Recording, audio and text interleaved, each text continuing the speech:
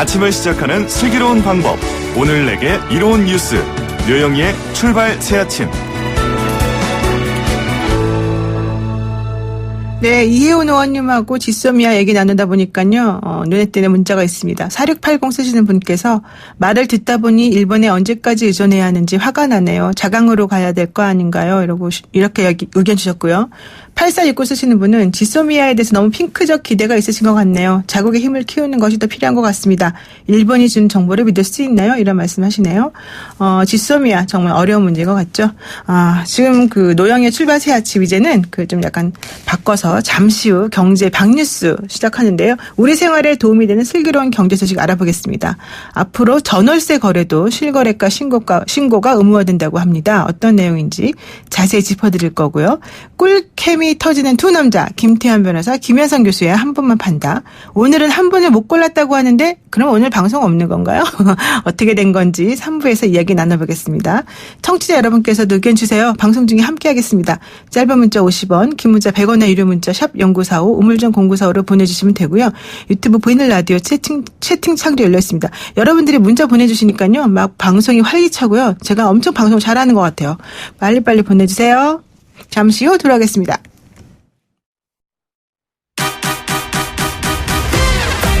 알면 대박, 모르면 쪽박. 경제 박뉴스. 복잡하고 어려운 경제 이야기를 쉽고 재미있게 풀어드리는 시간입니다. 그런데 쉽고 재미있게 어렵죠? 그래도 열심히 한번 배워보겠습니다. 알면 대박, 모르면 쪽박, 경제 박뉴스, 참 좋은 경제연구소 이인철 소장 만나봅니다. 소장님 안녕하세요. 네, 안녕하세요. 네, 성분이 뒤바뀐 신약 인보사로 논란을 일으켰던 코오롱 티슈진이 결국 주식시장에서 퇴출된다. 이 소식이 어제 하루 종일 우리를 괴롭히던데 어떻습니까? 그렇습니다. 이제 성분 논란이 불거진 이 관절염 유전자 치료제입니다. 인보사 사태로 이 코오롱 생명과학의 자회사인 코오롱 티슈진이 코스닥 시장에서 퇴출될 위기에 처했습니다.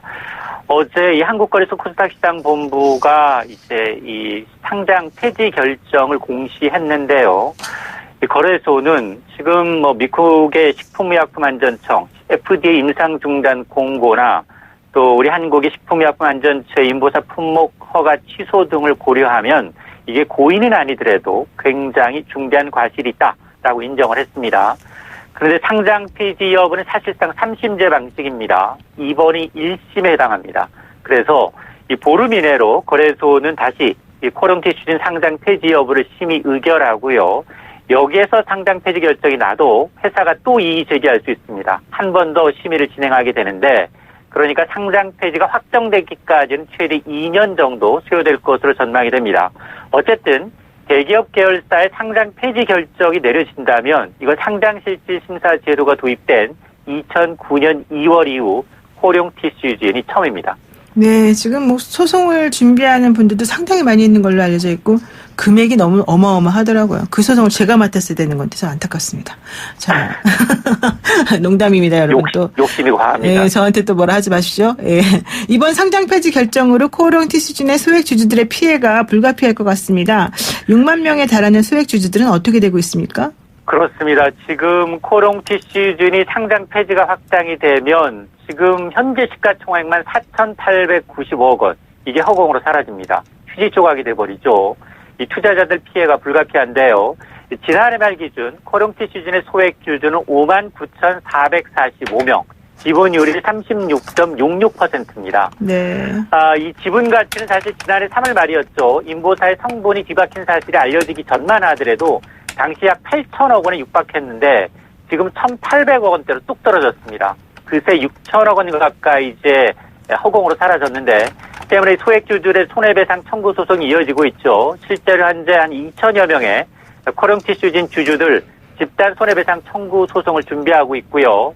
상장 폐지가 최종 결정되면 이 주주들 소송은 더 늘어날 수밖에 없는데 문제는 티슈진을 보유하고 있는 계열사들도 문제입니다. 이 코오롱과 이 코오롱 생명과학도 각각 27%, 12%의 지분을 갖고 있습니다. 네. 그러니까 이 지분을 갖고 있는 투자자들도 타격을 받을 가능성이 높은데요. 한 가닥 희망을 건다면 향후 심의에서 개선기간 부여 결정이 나올 경우 이 티슈진의 상장 폐지는 유예됩니다. 기업 가치 회복을 해서 최대 2년 정도 기간을 벌 수가 있고요. 만약에 상장 유지 결정이 나온다면 즉시 종목 거래가 재개되지만 이 가능성은 상당히 낮은 상황이어서 이 투자 심리, 특히나 바이오업종에 대한 투자 심리는 악화될 소지가 많아 보입니다. 네, 그렇군요. 부동산 얘기 한번 해보겠습니다. 앞으로 전월세 거래도 실거래가 신고가 의무화된다고요? 그렇습니다. 1년에 약 560만 건 이상의 전월세 계약이 이루어지고 있는데요. 실거래가 신고는 4분의 1이 채 되지 않습니다. 왜냐? 임대사업자로 등록하지 않으면 전월세의 경우에는 신고 의무가 없습니다. 앞으로는 이런 전월세 거래도 매매처럼 계약 후 30일 이내 실거래가로 신고하는 방안이 추진되는데요. 두 가지 의미가 있습니다. 실거래가로 신고가 되게 되면 임차인이 별도로 확정일자를 받지 않아도 보증금을 보호받을 수 있게 되고요. 또 하나는 임대소득세 내지 않았던 임대인들, 이 과세 사각지대였는데요. 전월세 내역이 공개되기 때문에 임대소득에 대한 세금이 매겨질 수 있게 됩니다. 만에 하나 이걸 이제 신고하지 않거나 거짓으로 신고한 경우에는 100만 원, 또 500만 원의 과태료로 물도록 하고 있는데요. 그러나 오피스텔, 고시원과 같은 비주택은 신고 대상에서 제외가 되고요. 또 국토교통부와 협의를 거쳐서 민주당 양효영 의원이 발의한 법 개정안은 올해 말 통과를 목표로 하고 있는데 이르면 이 내후년 2021년부터 시행될 것으로 보입니다. 네, 그렇군요. 지금 마지막으로 짧게 시간이 남았는데 공급 과잉으로 올 연말경에는 수도권을 중심으로 세입자를 찾기 어려운 역전세난이 나타날 수 있다. 이런 분석이 나왔네요. 그렇습니다. 3년 전이었습니다. 2015, 2016년 박근혜 정부 당시 부동산 경기 부양책 내놨죠. 그때 지었던 아파트들 다 짓고 팔지 못하는 준공후 미분양 물량이 최대 3만 호에 이를 수 있다라는 전망인데요. 이게 다름 아닌 국책연구기관 한국개발원 KDI 보고서입니다. 문제 이렇게 증가하게 되면 이 미분양 물량이 늘어나게 되면 지방부터 전세 가격 하락, 역전세난 확산이 우려될 수밖에 없고요. 또 이렇게 되면 이 정의 건전성, 건설사뿐만 아니라 이제 주택금융 관련 금융기관에도 부정적 영향이 우려가 되고 있습니다.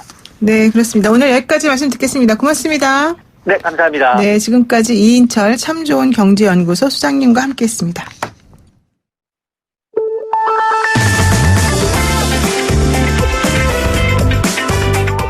영희와 함께하는 슬기로운 출근길 노영희의 출발 새 아침은 청취자 여러분과 함께 만들어갑니다.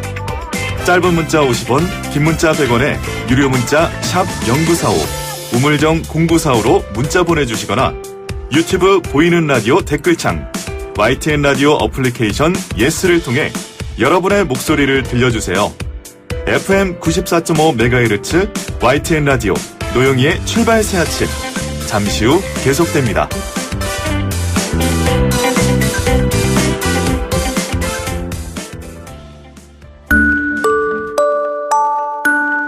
시사 인물 토크쇼 한 분만 판다. 네, 한 명의 인물과 그를 둘러싼 이슈를 끝까지 파보는 시간입니다. 약간 집착적인 성격이 좀 돋보일 수도 있는데요. 어쨌든 시사인물 토크쇼 한 분만 판다 시작하겠습니다. 함께 하실 두 분 소개해드릴까요? 김태현 변호사 나오셨고요. 네, 안녕하세요. 네, 김현성 상지대 외래교수 나오셨습니다. 안녕하세요. 김현성입니다. 네, 두 분 오늘 좀 얼굴 표정들이 안 좋으신데 뭐 집에서 부부싸움하고 나오셨습니까? 부싸움하는 건 아니 그런 건 이 시간에 아닌데. 나오려면 피곤하죠. 그렇죠. 우리 좀 즐거운 마음으로 해보아요. 예? 네. 되게 중요한 거예요. 재밌는 일이 없어서요. 지금 0345 쓰시는 분이 뭐라고 하시는지 아세요? 뭐야? 한 분만 판다도 촌철살인만큼 시간 늘려주세요. 촌철살인은 뭔데요? 네, 여의도 촌철살인이라고 여의도에 계신 정치인들께서 이렇게 얘기하는 코너가 있는데 되게 재밌어요. 근데 시간이 엄청 길어요. 현직 의원들 나오세요? 네. 이제 뭐 현직 그분들 의원도 이제 좀 아니니까? 있으면 총선 준비하셔야 되니까 우리가 하면 되겠네. 네, 알겠습니다. 네, 알겠습니다. 바쁜데. 아, 제가 잘못했습니다. 자, 오늘은 누굴 팔까 고민하다가 뭘로 잡았죠?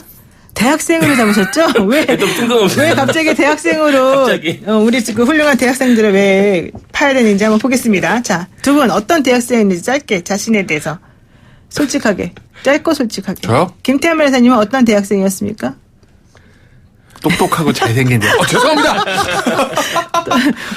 죄송합니다. 이거 지금 뭐 아침부터 무리를 일으켜가지고. 보이는 라디오라는 거 잊어버린 네. 것이고 똑똑하고 잘생긴 대학생이요. 이거 희망사항이라는 얘기죠. 뭐. 좋습니다. 근데 저 대학교 때 별로 이렇게 뭐 특별히 이건 나중에 얘기 드릴게요. 네, 김현상 교수님. 91년 했으니까 저는 이제 공부만 안 했던 대학생이었던 것 같아요. 그럼 뭐 했어요? 공화를 못. 맨날 놀러 다니고. 그러면 지금으로부터 몇 년 전에 본인들은 대학생이었습니까? 그러니까 20년 넘었죠. 91년이니까요. 세상에. 네. 몇 학번이죠? 우리 저 김태우 사? 93학번이요. 아, 세상에. 근데 20년 넘었네. 생각을 해보면 당시 이제 대학교 때 저는 이제 학생운동 끝난 다음에 들어갔거든요. 93학번부터 학생운동 거의 없었으니까 사실은. 이제 한청년으로 넘어오면서 거의 없었으니까. 근데 뭐 당시에 뭐 본인에 따라 공부를 열심히 한 학생도 있고 뭔가 놀기만 한 학생도 있었는데 대부분의 학생들이 미래에 대한 걱정을 크게 하진 않았던 것 같아요. 그러니까 뭐 왜냐하면 당시만 해도 지금의 상황이 진짜 좋았죠. 그러니까 물론 그 전 세대인 386 세대들은 뭐 우리 선배들 얘기 들어보면 정말 원서만 내면 취직이 진짜 대기업 다 됐다고 그러고 그렇죠. 했었고 네. 물론 9293학번 때는 그 정도는 아니었는데 네. 물론 그 이후에 실제 취직하지 IMF에 직격탄을 맞은 학생들도 있죠. 시기에 따라서. 그렇지만 당시 대학 다닐 때만 해도 아니 뭐 그냥 가다가 졸업하고 뭐 이러면은 그래도 뭐 취직하고 먹고 살 수는 있겠지라는 생각은 있었다는 것 같아요. 사실 제가 87학번인데 네.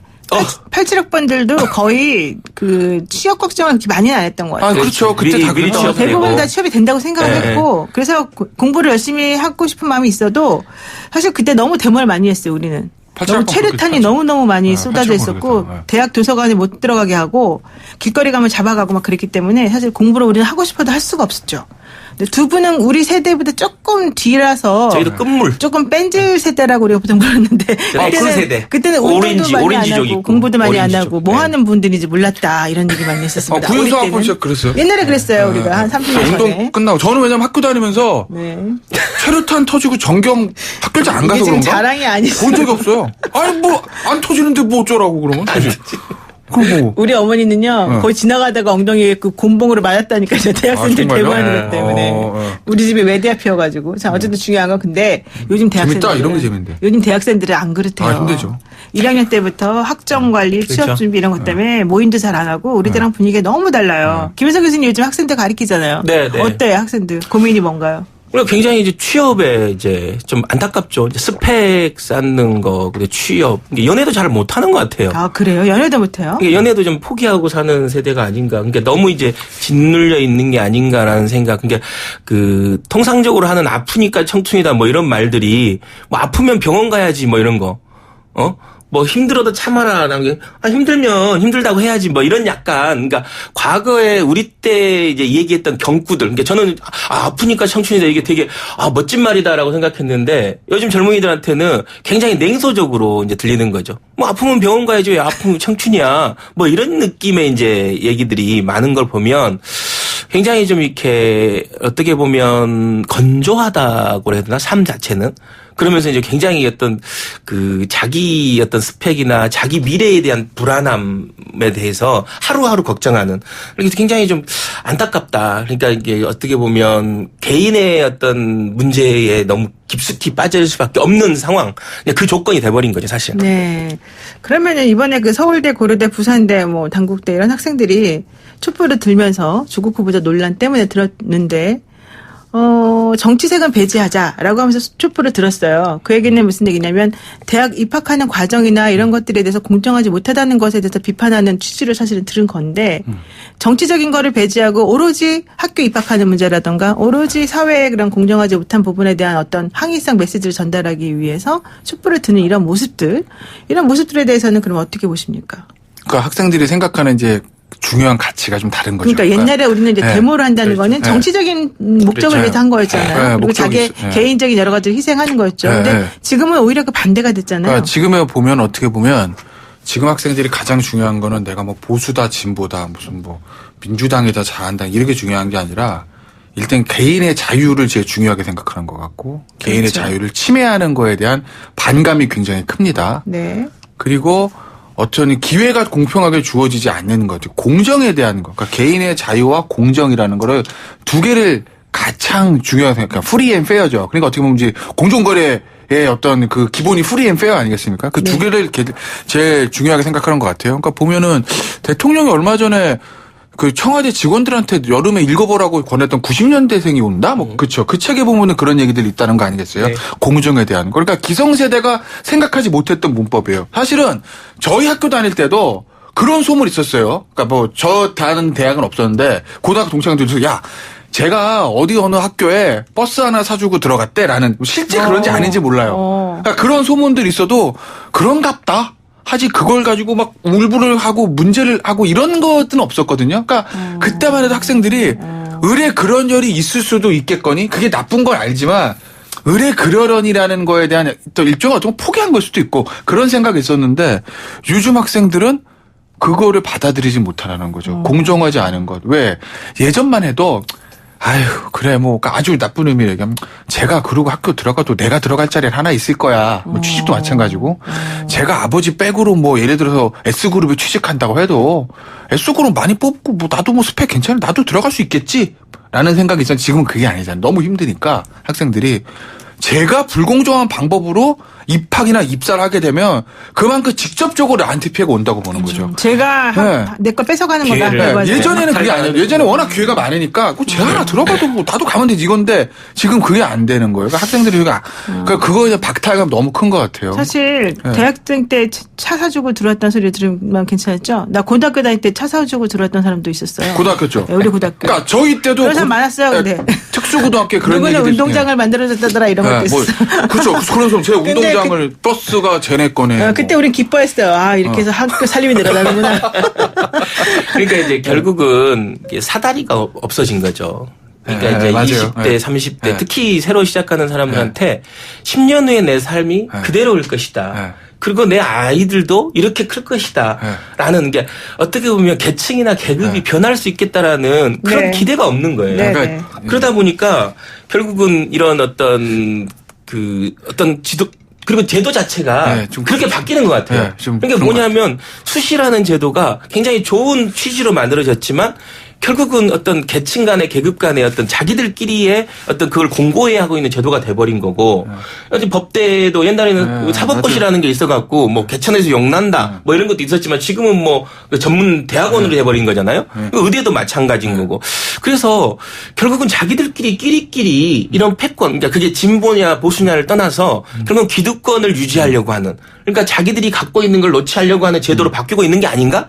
그러면서 그 가운데서 예를 들면 이런 어떤 자기들의 이익을 취하는 게 아닌가라고 생각했는데 그게 이번에 이제 보니까 실제로 그러니까 그렇게 막연하게 생각했어요. 왜냐하면 이제 조국 교수 같은 경우는 어떻게 보면 밖으로는 굉장히 많은 얘기를 하셨잖아요. 그 공정과 정의와 관련돼서 많은 얘기를 하셨는데 결국은 그게 실제로 보여주는 건 이번에 이제 나타나다 보니까 그런 어떤 실망감 이게 말과 글과 괴리에서 오는 약간 실망감이 좀 있는 것 같아요. 지금 서울대 총학생회가 이제 집회를 하면서 뭐라고 얘기했냐면 조국 서울대 교수에게 장관 후보자 사퇴를 요구하는 이유는 우리가 보수화되거나 우경화됐기 때문이 아니다. 고등학생의 신분으로 2주간의 인턴십에 참여해서 논문의 일저자로 등재되는 것을 보고 밤낮 없이 논문을 작성을 해서 실험과 연구에 매진하는 학생들이 설 자리가 없어지게 되는 것이 너무 안타까워서 그런 거다.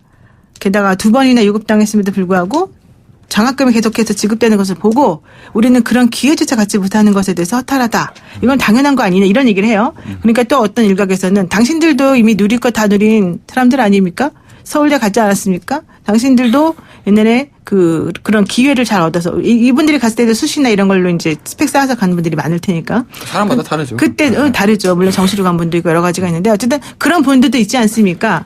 그러면 그런 것들에 대해서는 뭐 조금이라도 더 많이 못 받았기 때문에 속상하다는 겁니까? 또 이런 얘기를 하는 분들도 있다는 거거든요. 그건 제가 봤을 때는 뭐 그렇게 뭐 외부에서 말을 할 수는 있는데 저는 뭐 생각이 다 다르니까. 근데 이제 서울대학교 학생들의 그 어떤 울분과 분노를 저는 그렇게 해석하면 안 될 것 같아요. 그러니까 어떤 면에서 보면 저는 사실 어떻게 보면 서울대학교 지금 학생들의 그런 울분이나 그거를 이해하지 못할 수 있어요. 왜?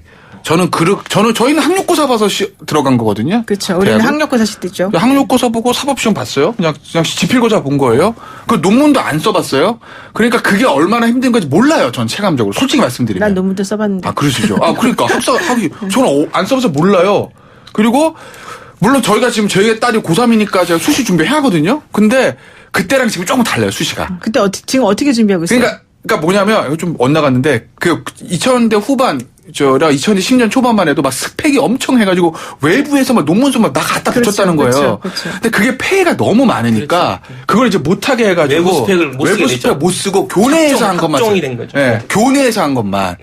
그거 해서 외부에서 제가 무슨 대회 나가서 뭐 아빠랑 어디 가서 논문 건 삑 탈락이에요 그냥.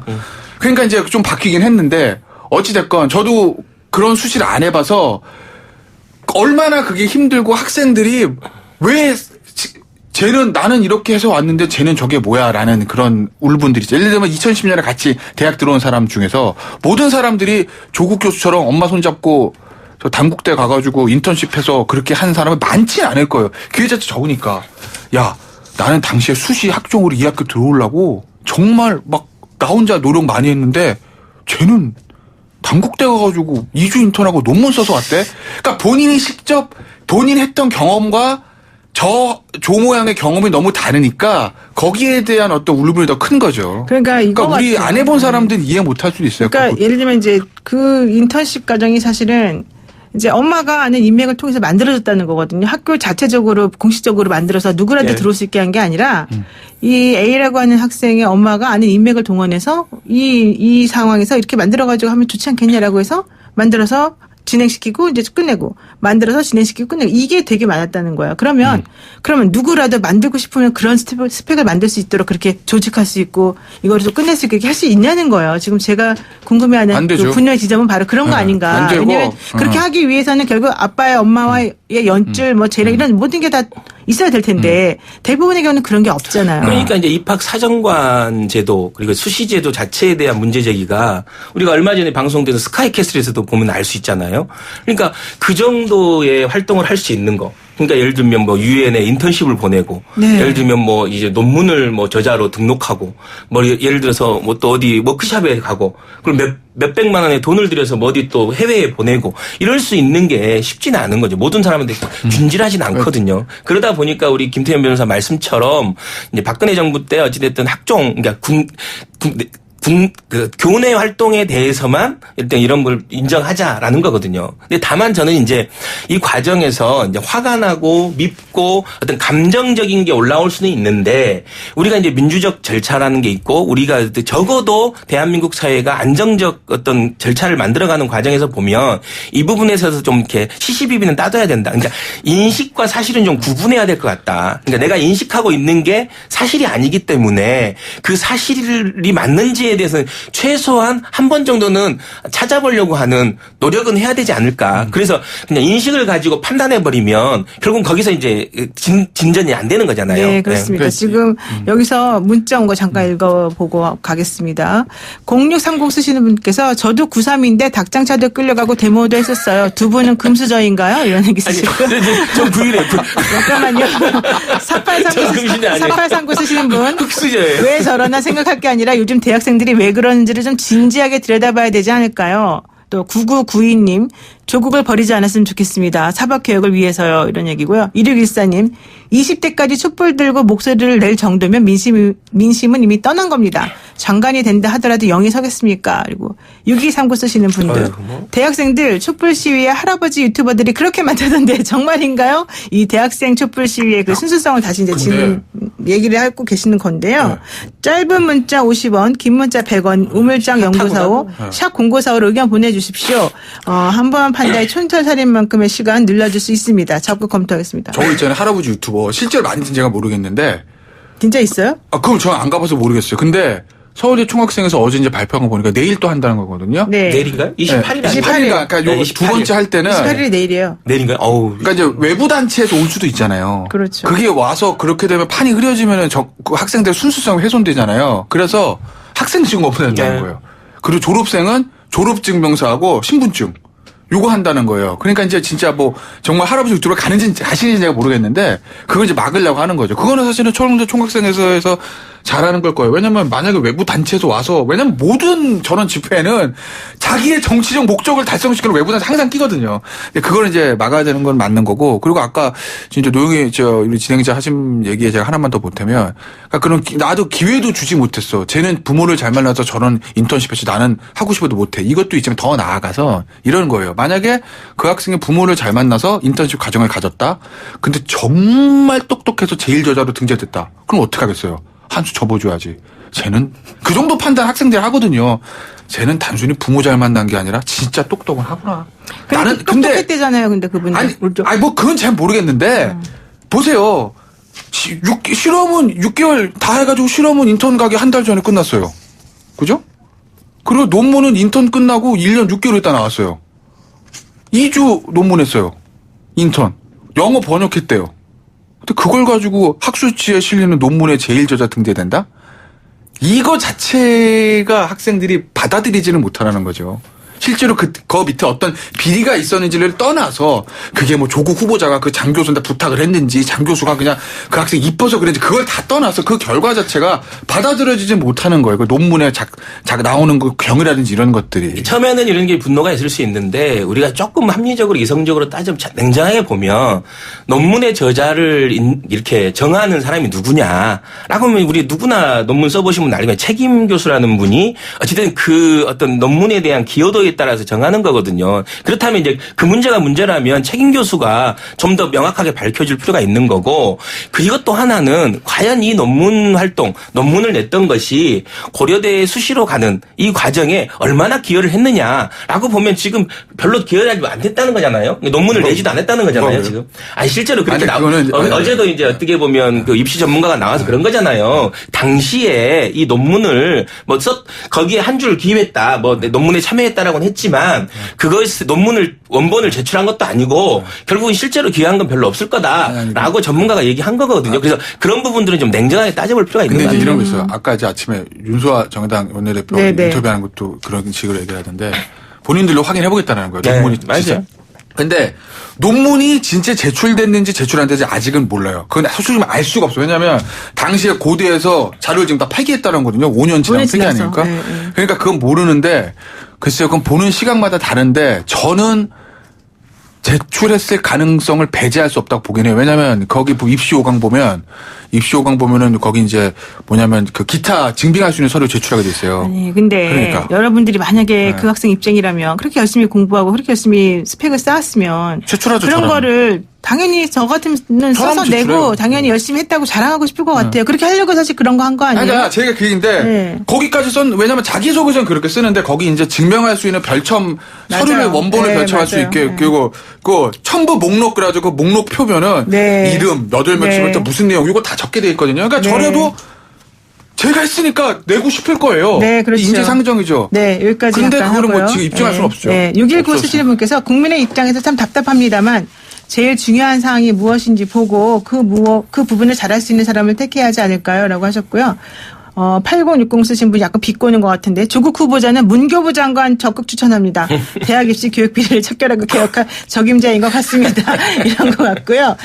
그리고 또 하나 되게 재밌는 문자 하나 있었어요.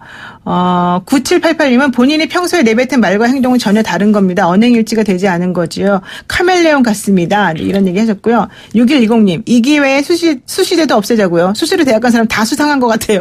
이런 얘기 쓰셨고 또 0507 쓰시는 분 자식에 대해서는 부모가 다 똑같은가 봐요. 자식은 다 중요하죠. 그렇기 때문에 말하고 행동이 좀 달랐던 거 아닐까요? 생각이 듭니다. 그리고 2568 쓰시는 분 김태현 변호사님 말이 속 시원한다 그랬더니 9992님이 뭐라는 줄 아세요?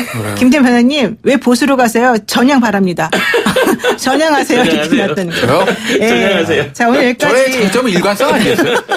네, 오늘 여기까지 말씀 듣기로 하고요. 지금까지 김태현 변호사, 김현선 교수와 함께 했습니다.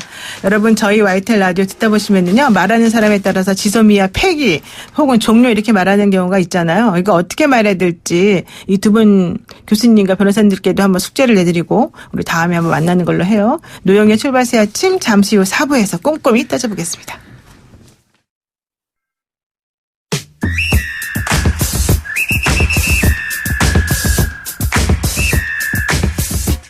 영희와 함께하는 슬기로운 출근길 노영희의 출발새 아침은 청취자 여러분들과 함께 만들어갑니다. 짧은 문자 50원, 긴 문자 100원의 유료 문자 샵 0945, 우물정 0945로 문자 보내주시거나 유튜브 보이는 라디오 댓글창, YTN 라디오 어플리케이션 예스를 통해 여러분의 목소리를 들려주세요. FM 94.5MHz YTN 라디오 노영희의 출발새 아침.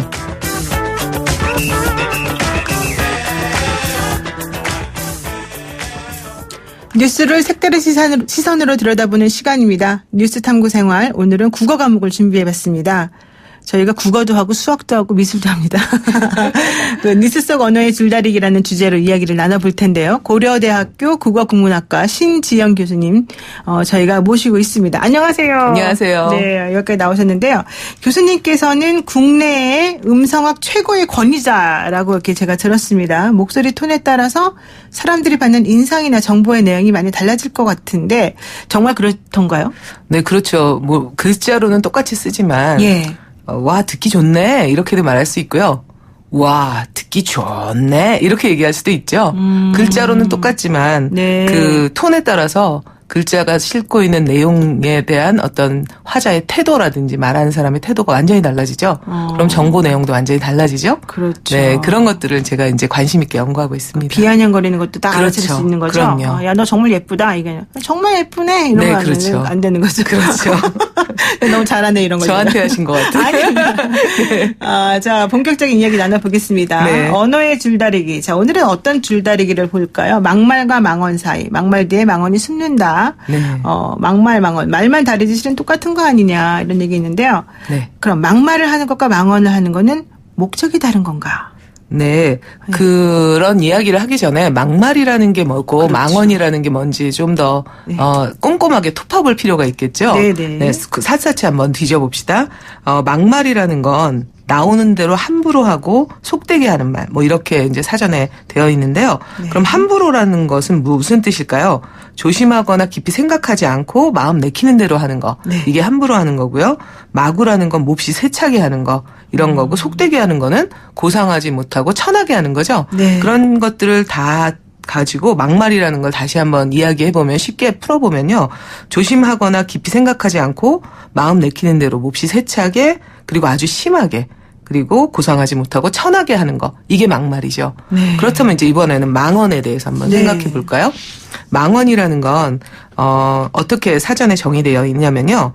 이치나 사리에 맞지 아니하고 망령되게 말하는 것. 그럼 망령된 건 뭘까요? 네. 늙거나 정신이 흐려져서 말이나 행동이 정상에서 벗어나는 거죠. 네. 그러면 이것들을 다시 해가지고 망언이라는 말을 다시 풀어보면요. 네. 이치나 사리에 맞지 않고 정신이 흐려서 정상에서 벗어난 말을 하는 것이죠. 이렇게 우리가 사전의 뜻을 잘 이렇게 톱아보니까 네. 막말과 망언의 차이가 드러나죠. 막말이라는 거는 하는 방법에 문제가 있는 것이고 네. 망언이라는 거는 메시지 내용 자체에 문제가 있는 거죠. 자, 그러니까 우리가 막말인지 망언인지 구별할 필요가 있다는 겁니다. 아, 그러네요. 막말은 말을 하는 방식 네. 이런 그 형식 그렇죠. 이런 것들에 더 치우친다면 그렇죠. 망언이라고 하는 건 내용이 네. 정상적이지 못하고 이런 네. 거를 말하는 거다. 네. 그럼 요즘 우리가 정치권에서 막말하고 망언을 하는 사람들 많이 봤는데 네네. 예를 들어서 생각해 볼 수 있을까요? 뭐 여러 가지가 있는데 구체적으로 어떤 특정한 걸 이야기하는 것보다는 아마 이렇게 우리가 이게 막말인지 망언인지 이걸 잘 모를 구별할 때? 수 있는 감별법을 생각해 보면 어떨까 네. 싶습니다. 그러니까 저는 어떨 때는 망언인데 이걸 막말이다라고 얘기하면서 막말은 아까 방법에 문제가 있는 네, 거지 네, 네. 메시지 내용에 문제가 있는 건 아니니까 네. 그렇게 뒤로 숨는 게 아닌가. 그러니까 망언이다라고 우리가 구체적으로 메시지 내용에 문제가 있다라고 문제 제기를 하는 것 이것이 필요하다는 거죠. 그러면 제가 한번 얘기를 한번 해볼 테니까 네. 이게 네. 막말인지 망언인지 알려주세요. 네. 조선중앙TV의 지난 5월에 있었던 말인데요. 우리의 정상적인 훈련에 대해 이러쿵저러쿵 입방아를 찧어대고 있으니 얼굴에 철가면을 쓰지 않았나 묻고 싶다. 이렇게 말했어요. 어우, 이건 굉장히 연기 잘하시는데요. 네. 이건 어떤 걸까요? 한번 우리가 한번 꼼꼼하게 살펴볼까요? 그러니까 기본적으로는 메시지 내용이 어떨까요? 그러니까 북한이 자기네가 훈련을 잘 하고 있는데 네, 네. 우리 남한이 입방아를 네. 찢는다. 네. 얼굴에 철가면을 쓰지 않았냐. 이거는 일단은 말하는 표현이나 방법이 굉장히 고상하지도 않고 그렇죠. 입방아를 그러면 찢어댄다 이거는 이런 거 되게 기분 막말이네요. 나쁜데요. 그죠? 예, 예. 그럼 메시지 내용은 어떨까요? 메시지 내용도 사실관계를 보면 네. 사실은 우리 입장에서는 막말이죠. 망언이죠. 그렇죠. 그러니까 망언인데 그걸 또 막말로 하고 있습니다. 아, 그럼 두 가지가 섞일 수가 섞여 있는 있는군요. 거죠. 그럼요. 아, 막말과 막말을 망언이 망언으로도 같이 갈 망언을 수가 막말로 있네. 할 수도 있고 네. 망언이지만 막말로 하지 않을 수도 있겠죠. 네. 그럼 또 하나 해볼까요? 제가 말로 옮기기 좀 그렇지만 네. 일단 그래도 북한이라고 생각하고 네. 지난 8월 11일에 청와대를 향해서 요란스럽게 지저대는 개 이렇게 말했어요. 네, 일단은 고상한가요? 아닌 것 같아요. 그렇게 말하면 네. 굉장히 개 차가게 얘기 나오는 느끼죠. 거는 좀 그런 것 그렇죠. 같아요. 네, 일부러 그렇게 하죠. 막말을 하죠. 우리가 싸울 때 막말을 하는 게 상대방의 기분을 굉장히 기분 나쁘게 하려고 하는 거죠. 일부러 막말을 하는 거죠. 그러니까 이거는 똑같은 표현으로 요란스럽게 이러저런 말을 많이 하는 개 뭐 이렇게 해도 되는데. 그런데 그것도 또 메시지 내용도 망언이죠. 그렇죠. 상대방의 국가에게 그렇게 얘기할 수는 그렇죠. 없죠. 개라고 국가인지 아닌지 물론 이것도 이제 생각해 봐야 될 문제이지만요. 네네네. 그러니까 우리 청와대 행사한 거니까 국가를 향해서 저렇게 말을 함부로 한 거죠. 네. 그러면 이건 어떤가요? 일본의 아베 총리가 지난 7월에 참의원 선거 직후 기자회견에서 네. 한일 청구권 협정을 위반하는 행위를 한국이 일방적으로 하고 국교 정상화의 기초가 된 국제조약을 지키지 않는다. 위안부 네. 합의를 비롯해 양국 간 국제 약속을 한국이 일방적으로 깨고 있는 것이다. 이렇게 말했어요. 네, 이거는 이거는 일단 메시지 내용을 전달하는 방법이 고상했을까요? 아니면 천했을까요? 이건 천하진 않은 것 그런 같은데요. 것 같죠? 네. 그럼 일단 막말은 아닌 것 같죠? 아, 그러면 이건 그렇죠. 막말은 아닙니까? 그런데 내용은 어떤가요? 완전히 이상하죠? 왜냐하면 네네. 사실관계를 보면 네. 물론 수용자 입장에서 네네. 뭐 본인이 얘기할 때 본인이 이건 막말이다, 망언이다 이렇게 얘기하는 사람은 없을 테니까요. 그렇죠. 네. 그렇지만 내용 관계를 보면 이것은 망언이죠. 그러니까 메시지 내용에 있어서는 약간 이치나 사리에 맞지 않는 것. 예를 들면 국제 약속을 한국이 일방적으로 깨고 있다? 그런 적이 없는데 네. 그렇게 이야기하고 있으니까 네. 이것은 망언이죠. 네. 하지만 망언을 막말에 담진 않았죠. 네. 그러니까 망언 따로, 막말 따로, 망언하고 막말이 섞여 있는 거 이렇게 세 그렇죠. 가지 형태로 나타날 수가 있는데 그렇죠. 지금 이 말은 그냥 망언에 불과한 거다. 그렇죠. 근데 우리 입장에서는 망언인데 이 말을 한 사람들은 자기네들은 아주 잘 말했다고 생각하잖아요. 그렇죠. 그렇지만 망언이다라고 평가하는 사람은 말하는 사람일까요? 듣는 사람일까요? 듣는 사람이 그렇죠. 막말도 마찬가지죠. 그렇군요. 네. 그럼 남자친구랑 싸움할 때도 네. 내가 생각하기에 저 사람 하는 말이 망언이면 망언이라고 망언인 거죠. 주장하는 게 맞겠네요. 그렇죠. 네, 왜냐하면 알겠습니다. 이런 이유 때문에 내가 당신의 말은 망언이라고 생각한다. 그렇죠. 네. 그렇죠. 예. 지금 보니까 아베 억지나 정치 억지가 이런 식으로 망언에 대해서 상당히 주관적으로 나온다 이런 얘기 많이 하시는데 네. 하나만 더 해볼까요? 네. 지소미아 폐기, 지소미아 네. 종료 이제 관련해가지고 네네. 이거는 뭐 망언 막말은 아닌데요. 네네. 국문과 교수님이시니까. 네. 지소미아 폐기가 맞아요? 종료가 맞아요? 예, 일단은 그러니까 단어의 뜻을 잘 파헤쳐 봐야겠죠. 네네. 우리 변호사님은 변호사님이시니까 네. 파기라는 말이 계약에 쓰이면 어떻게 되는 건가요? 파기는 계약에서 네. 굉장히 중간에 계약 기간이 종료되지 않았는데 그렇죠, 중간에. 여러 가지 상황이기 때문에 이거를 깨는 것. 그렇죠. 이게 파기죠. 네. 그러면 지소미아는 종료라는 것은 뭐냐하면 계약 기간이 끝났어요. 그래서 연장을 하지 않는 것.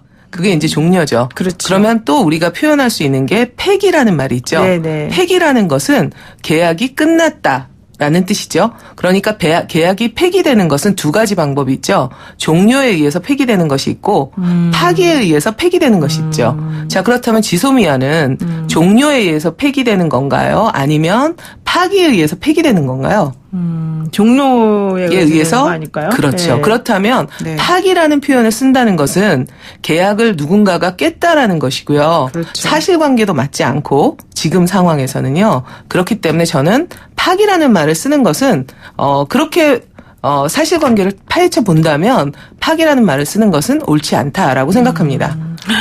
진짜 무슨 국어 수업 듣는 느낌이 딱 나는데 근데 그 말씀이 맞는 게 법률적으로도 그렇죠. 뭐 파기 이런 말을 쓰게 되면 그 그렇죠. 계약을 깨는 사람이 있고 그렇죠. 그 계약을 깨게 만든 사람이 있고 그렇죠. 그래서 누군가는 손해배상 등의 책임을 져야 되는 그렇습니다. 문제가 또 발생하거든요. 그렇습니다. 그렇기 때문에 이번 건은 폐기나 파기 이런 것보다 지소미아 종료가 종료되어서 맞는 것 그러면 같습니다. 그다음에 폐기가 되는 거죠. 그러니까 폐기가 더 큰 말이고 그 그렇죠. 안에 이제 포함이 된다는 말씀이신 것 그렇죠. 같은데 그럼 이건 어떤가요? 강제 동원 문제도 네. 징용공 문제, 강제 징용 문제, 강제 동원 문제 이렇게 혼재돼서 쓰이고 있거든요. 이건 네, 어때요? 그 징용이라는 거는요. 네. 강제 동원의 세 가지 형태가 있습니다. 네, 네. 모집이 있고 알선이 있고 징용이 있죠. 네. 그러니까 강제 징용 그러면 네. 강제 동원과 다른 것이 동원이 더 큰 거니까 강제 징용만 문제가 되는 것 같잖아요. 강제 징용이라고만 하면. 네. 하지만 강제 동원이 문제다 그러면 네. 더 여러 가지 문제들이 있었구나. 그래서 강제 모집이나 강제 알선도 문제가 있다. 라고 이제 문제 의식이 조금 더 확장되는 거죠. 그러니까 동원이라고 하는 말이 더 큰 말이고, 큰 말이고. 그 안에 이렇게 들어가는 것들이 그렇죠. 뭐 모집이 징용도 있고, 모집도 있고 알선도 있고. 네. 아, 이거 되게 어려웠는데 아주 좋네요. 그리고 우리가 보통 위안부 문제를 성노예라고 표현하는 게 맞다 이렇게 하시는 분들도 있거든요. 그렇죠. 이건 어떤가요? 그러니까 내가 사태를 어떻게 바라보는가에 따라서 표현이 달라지잖아요. 네. 성노예라고 하는 것은 그 성노예라는 그런 인식으로부터 나오는 말이죠. 네. 그러니까 그 사태가 그 사람들이 사실은 성노예였다. 이렇게 인식하고 발언하는 것이죠. 그러니까 행동의 문제, 행동의 자유 문제에서도 좀 볼 수 있지 않나요? 예를 들면 그렇죠. 위안부 문제는 스스로가 좀 자율적으로 그렇죠. 어느 정도 의사결정해서 거기서 벗어날 수 있는데 네. 노예란 말을 쓰게 되면 사실 그렇죠. 벗어날 수 없는 상황을 말하는 거니까 맞습니다. 그 처해진 상황이 어떤 거였나에 따라서 어떤 네. 말을 쓰는 게 더 적절한지는 확인 좀 해봐야 되겠다 이런 얘기죠. 본인이 어떻게 사태를 인식하고 있는가에 본인이? 맞는가. 그러니까 발화를 하는 사람, 말을 하는 사람이 그거에 맞춰서 이야기를 해야 되는 거죠. 네, 그렇군요. 네. 마지막으로 네. 이번에 일본이 우리에게 했던 이런 조치들을 일종의 경제 보복 조치라고 얘기하는 분들이 있는데 네네네. 이거 보복이란 말이 안 맞는다. 네. 우리가 뭔가를 했을 때 그에 대해서 상응하는 반대적인 행동하는 게 보복 아니겠냐 맞습니다. 이런 말 하거든요. 네. 그럼 뭐라고 해야 됩니까? 네, 이 시간에 이 프로에서 전호영 선생님께서 그런 얘기를 하셨죠. 네네. 네, 그 여러 가지로 우리가 생각해 봐야 되는데요. 어제 그 문재인 대통령이 그 펀드에 들면서 경제 보복이라는 표현을 쓰셨어요. 네네. 그러면 문재인 대통령은 그거를 경제 보복이라고 생각하는 거죠. 그렇죠. 자, 그렇다면 문재인 대통령의 인식과 우리의 인식과 전호영 선생님의 인식 어떻게 달라지는 걸까 네. 생각을 해야 되겠죠. 네. 문재인 대통령은 그것이 경제 보복이라고 인식한 거죠. 그거는 자기의 정치적 입장에서 그렇게 바라보는 것이 맞다고 생각한 거죠. 보복이라는 건 뭔가 우리에게 보복의 프레임이니까 사실은 네. 보복이라고 이야기하는 것이 문재인 대통령 입장에서는 정치적으로 좀 더 자기가 피해 나갈 수 있는 것이 있는 거죠. 네. 그렇지만 네. 예를 들어서 우리 입장에서 그것을 경제 보복이라고 한다면 일본에 대해서 우리가 뭔가 한 것도 없는데 경제 보복이라는 말을 쓰면 너무 억울하다. 이건 말이 안 된다. 네. 그러니까 이것은 경제 도발, 경제 침략이라고 해야 되죠. 네. 그러니까 사람이 누구냐에 따라서 사태를 어떻게 바라보느냐에 따라서 표현이 달라질 수 있을 겁니다. 네. 아유, 오늘 정말 좋은 말씀 너무 많이 잘 들었는데요. 네. 좀 시간이 있었으면 더 듣고 싶습니다. 일단 오늘 그런가요? 여기까지 하겠습니다. 네. 고맙습니다, 교수님. 네, 감사합니다. 네, 지금까지 고려대학교 신지영 교수와 함께했습니다.